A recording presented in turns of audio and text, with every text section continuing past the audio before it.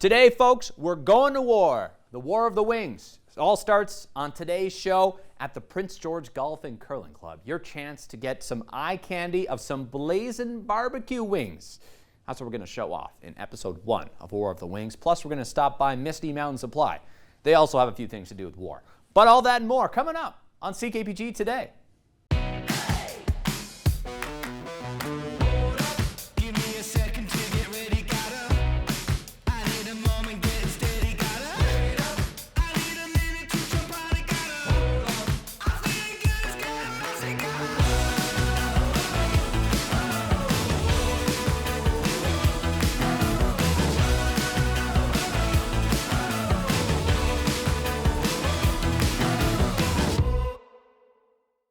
Welcome inside one of Prince George's hidden treasures here. This is Misty Mountain Supply, located downtown Prince George, just on Victoria Street. These guys just started up. As you can see, they got a lot of inventory and a lot to talk about. And the guy behind all this is you, Sam. How's it going? It's going good. Happy you guys could make it out. Well, thanks for having us. That's super. Prince George has been very welcoming with the new location. I was doing stuff online for a couple of years and figured, what the heck?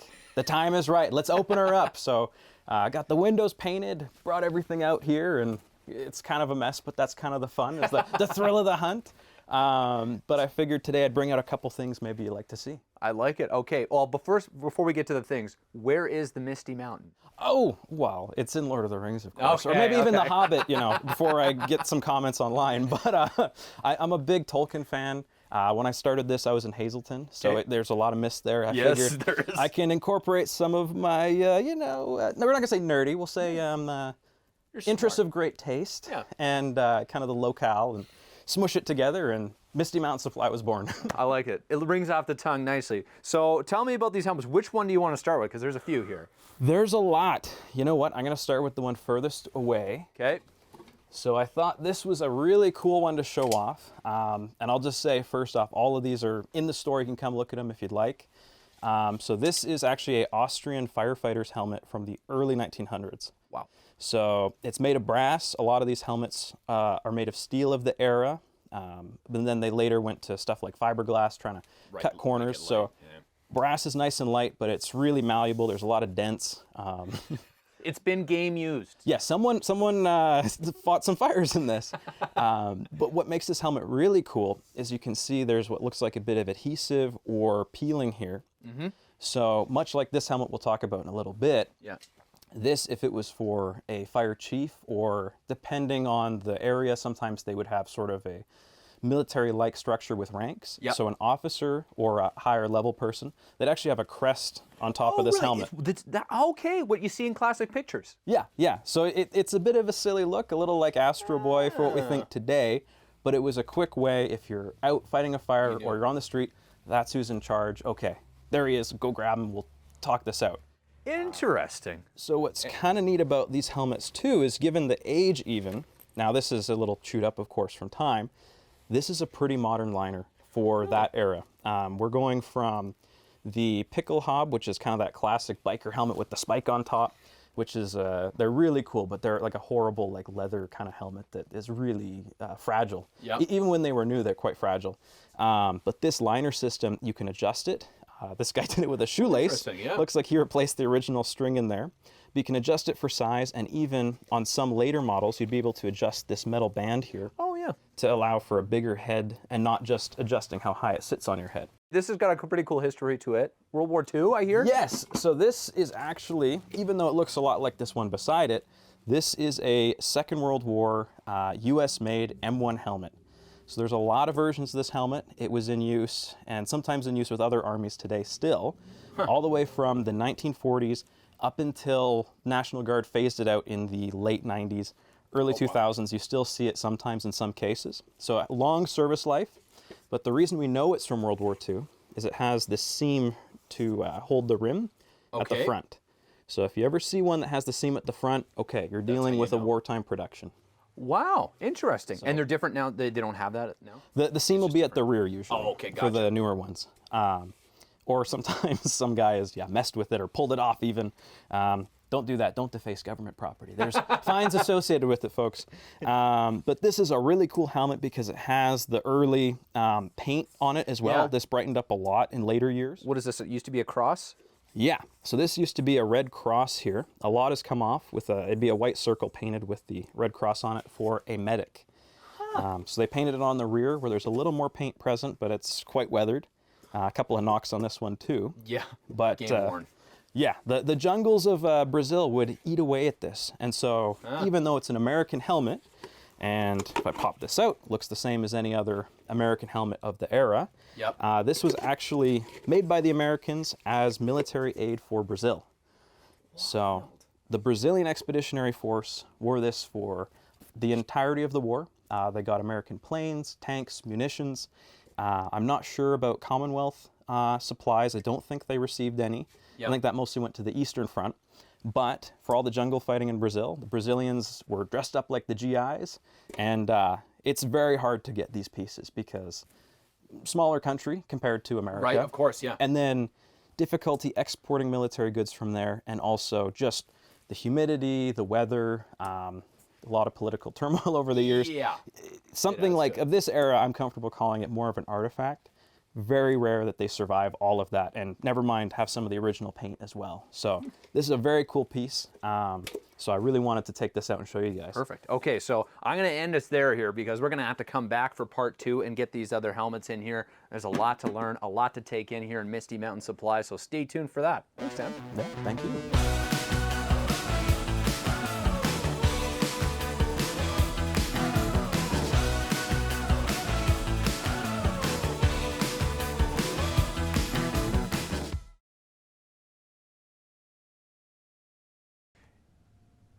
Prince George is so lucky to have so many great people come through the community over the years, and one of the great ones is Veronica Beltran. I don't know if you remember, she used to do a lot of work on the CKPG News, including the weather. Now she's doing a lot of work. She's a star on Canada's Ultimate Challenge in Season 3. So lucky to be joined by Veronica today. How's it going, Veronica? And congratulations on making it this far in the show.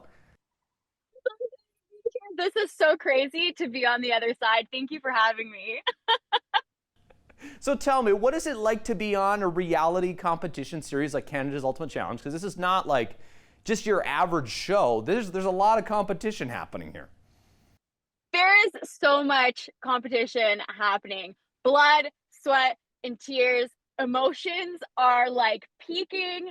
It was an absolutely insane experience, and one that I genuinely recommend to everybody. Really? Okay. Even the reality show TV, it gets a bad rep sometimes, but you would say, yeah?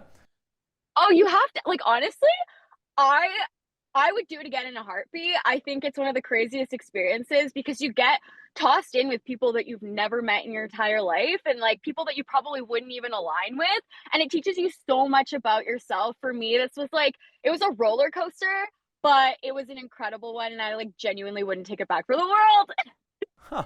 Now, of course, everyone goes through the gradual transition, going to school, getting a job in broadcasting, and then ultimately leaving broadcasting. But for you, you kind of went back to the screen here. Did you always think you'd end up on a reality competition series like this, Veronica? No, I didn't. I honestly, like, my reality TV show. I was on a reality TV show kick at the end of 2023, and I've always watched Big Brother Canada growing up. And so I decided to apply for it. I applied, I made it really, really, really far. And then they were like, no, we don't want you. And I was like, no, but you know what? Everything happens for a reason. And it just wasn't my time. I wasn't in a mental space to actually be locked in a house with 15 other Canadians and, basically be thrown back into high school. So it was a blessing I didn't end up there. But when the opportunity came to try to do this, I was like, I have to. I'm ready. I'm like, I've got fuel. I've got a reason to do this right now. That's fair. I think there are a fair amount of people who probably would rather be locked in a house for maybe the next 3.5 years than just living in the world. But what was it like to be secluded? Because we were talking about this before we hit record. The seclusion of being on a TV show. You're on your own island for the filming. Walk me through a little bit about behind the scenes and what people aren't seeing on the screen. Yeah, for sure. So, I mean, you get flown out to Toronto and you go under, you go into sequester. And so your phone, like everything gets taken from you. You have absolutely no connection to the outside world. And then you basically are just by yourself for a week. You shoot all of like the behind this, or not the behind the scenes, but like the bios, like photos for any promos and stuff. And then you get ready to compete. And I think that week it was honestly quite restful for me. I did a lot of journaling. I was like, this is like a vacation. And then you actually get into the competitions. And when you begin to compete and you don't have, your sense of community, you don't have your best friend to talk to, you don't have your sister, like it is really, really, really hard because you literally like you latch on to these people and you build a family. Like I can't explain it to you, Kaden. I think within the span of 8 hours, these people became my family and I was glued to them. And I was like, I will do anything for us. You know what I mean? It was absolutely insane. Like, what a life-changing experience that I'm so grateful for. So when you're watching reality TV now, for those like who obviously haven't gone through this, they should kind of understand basically it's pretty easy to kind of go a little insane through the whole thing. Oh my gosh, it really is. Like all of the emotion, like I think people think it's a lot more scripted. It's not. It's not. It really isn't. Like all of my reactions, all of my emotions were real. Everything I felt was real. And like, watching it back is really weird too, because you relive it. And you relive the anger, the frustration, the what the heck were we doing? Like you relive all of it. And so it is your life. It becomes your life when you are secluded from everything that you know. Like you don't even have the internet. You can't even scroll the internet. You know what I mean? So it's like, it's really insane. So watching the episodes back now, do you watch it with your family? How are you watching it? Because I'm curious, that being on the other side, is it weird to watch it? And yeah, who are you watching it with as it comes up? Oh my gosh. I'm watching it with my loved ones. It has been an incredible experience to like, because I told them about it. And I was like, okay, like this is what you should expect. Like, I mean, everyone who signed an NDA, I was able to tell. so I kind of explained it to them, but showing it to them and actually being like, this is how hard it was. And telling them, you weren't there, but it was 30 degrees when we did that. You know what I mean? Like, or it was pouring rain. Like nobody understands like how difficult it actually was. And trying to explain it, like, it's just crazy. Like the that I did. Oh, sorry. I don't know if I can. It's okay. Keep going. I like it. Hey, we're uncensored Veronica today on the show. I'm going for it. I like it. Thank you. The that I did was insane. I've never pushed my body to limits like that. Nor did I know that I actually could do everything that I did. Now that I know, I'm like, what's next? What's next? Awesome. Thanks so much for joining us today. Of course, if you haven't watched it already, Canada's Ultimate Challenge is on CBC. You can also watch it on CBC Gem and watch our CKPG alumni here kick some butt on national television. What's better than that? Thanks so much, Let's Miro. go, Team Green! Team Green for the win.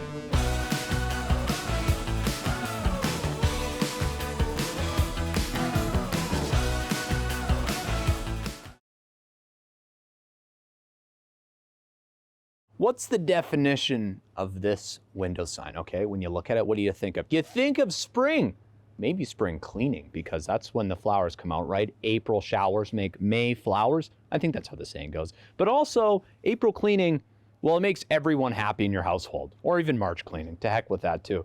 But there's something to be said about what makes a good or a bad donation. We're going to explore that today inside the Hospice Thrift Shop. Inside the Hospice Thrift Shop here in the Tabor Plaza. So lucky to be joined by Janet Phillips today. Happy spring break.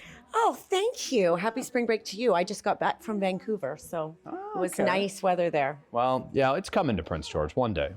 But spring break, of course, comes with spring cleaning, and I feel like people are dropping off a lot of stuff here at the hospice. They certainly are, and we love it. We are so grateful for everything that our community gives to us, so it's wonderful.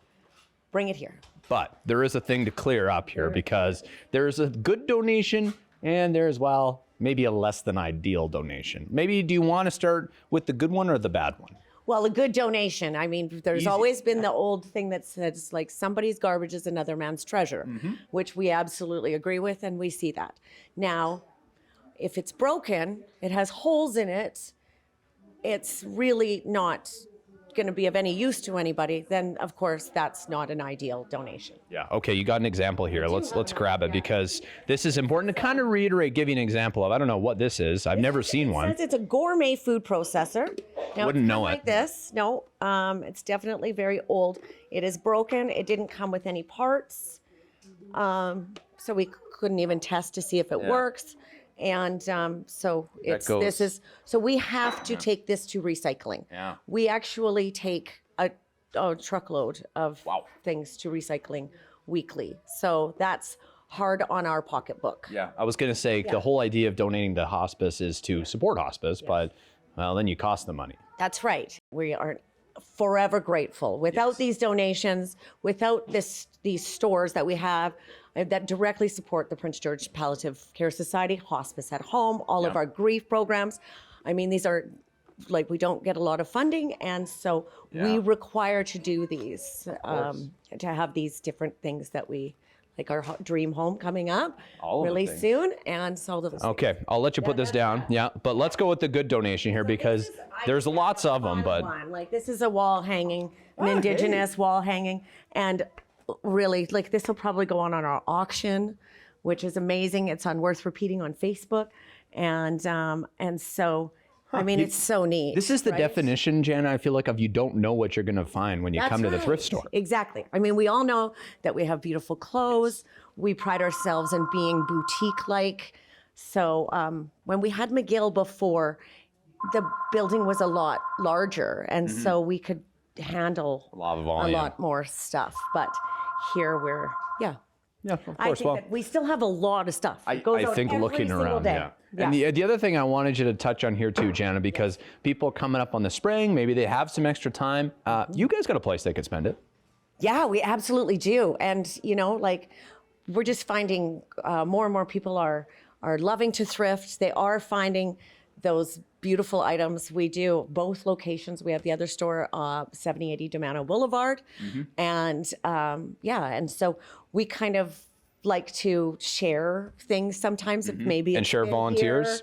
Yes, and share volunteers. Yeah, absolutely. We always are needing volunteers. So if people want to come and play, This is the place to do this is it. the place to play. Then you get to sort through all of the donations. That's right. And it's actually Do you really get good first time. dibs? No. So actually, and that is, you know, a lot of my friends, because I have found some really great treasures here. And I love fashion. So I'm like, Really? You love fashion? Yeah. And so they're like, well, because you get it all first. And I said, no, we have a rule. It has to be out for minimum 24 hours before our staff is allowed to purchase it. I like it. Look at that. The unwritten rules of hospice. We're learning everything today here. Thanks so much for making the time. You're not allowed to hide it either. You're not allowed to hide it? No. Oh, It's okay. got to be out in plain sight. That's right. The rules were made. See, you know, the funny thing is we wrap this up. Every rule has a story behind it, and I love this one. Yes. Yeah. Come and visit them here during spring break. Drop off the good donations and help support Prince George Palliative Hospice in Prince George. Thanks so much, Jenna. Thank you, Caden.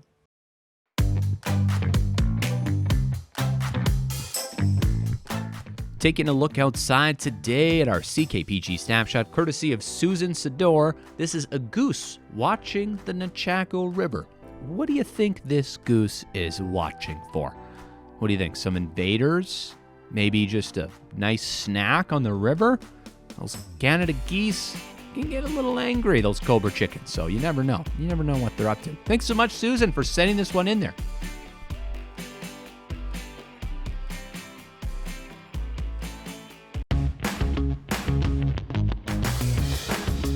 Hey there, got an idea or a suggestion for the show? Reach out and connect through our social media or send us an email at letstalk@ckpgtoday.ca.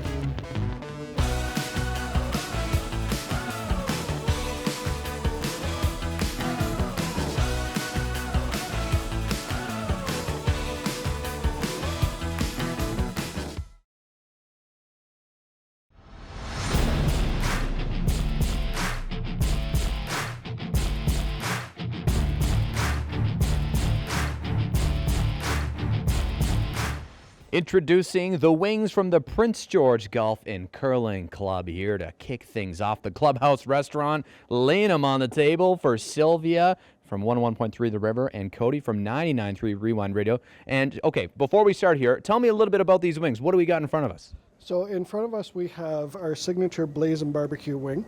It's going to be a part of our newly introduced Flight of Wings. So on your right there we have the Flight of Wings, which is a mixture of, the first wing is a Mediterranean wing, and the second is into a Korean wing. Third one is a Pad Thai wing, and then into the hotter one, which is the Blazing Barbecue. So it's a flavor experience from mild to oh my God. Okay, that explains the milk. Yes, absolutely. Okay, well, thank you very much. Okay, Sylvia, Cody, I guess based on that, Cody, what are you expecting? I'm expecting pain based on that. As soon as he asked me, do you want milk? I knew the answer should be yes. Sylvia? Can we get the whole jug here, please? We can, absolutely. All right, without further ado, guys, I don't know how we're going to divvy this up. Dig into the wings. I'm going to commentate, and then maybe, depending on your facial expressions, I'll try one here at the end. Okay, Sylvia going for the bite. Cody was not, his face isn't quite red yet. It's very tasty. Very It's tasty? starting to feel a little of the heat now. Starting to feel a little of the heat. It's hot. It's hot? Okay. It's getting there. All right. Well, you know what? These guys didn't scare me off. So this looks, oh yeah, look at how so much sauce. Look at the sauce, okay? It's like, it's good, but, oh, it's hot. Oh no. Okay, well, I'm going to take a bite here. Cody, your analysis.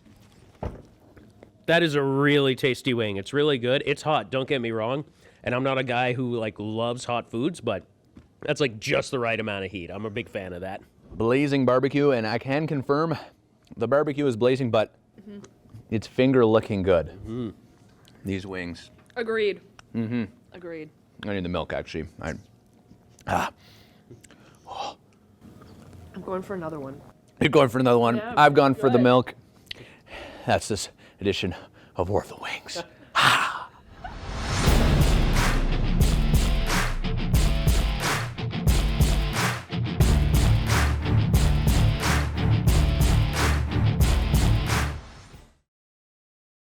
Thanks so much for watching the show today, and don't forget to head out and try all the wings as part of the War of the Wings here at CKPG.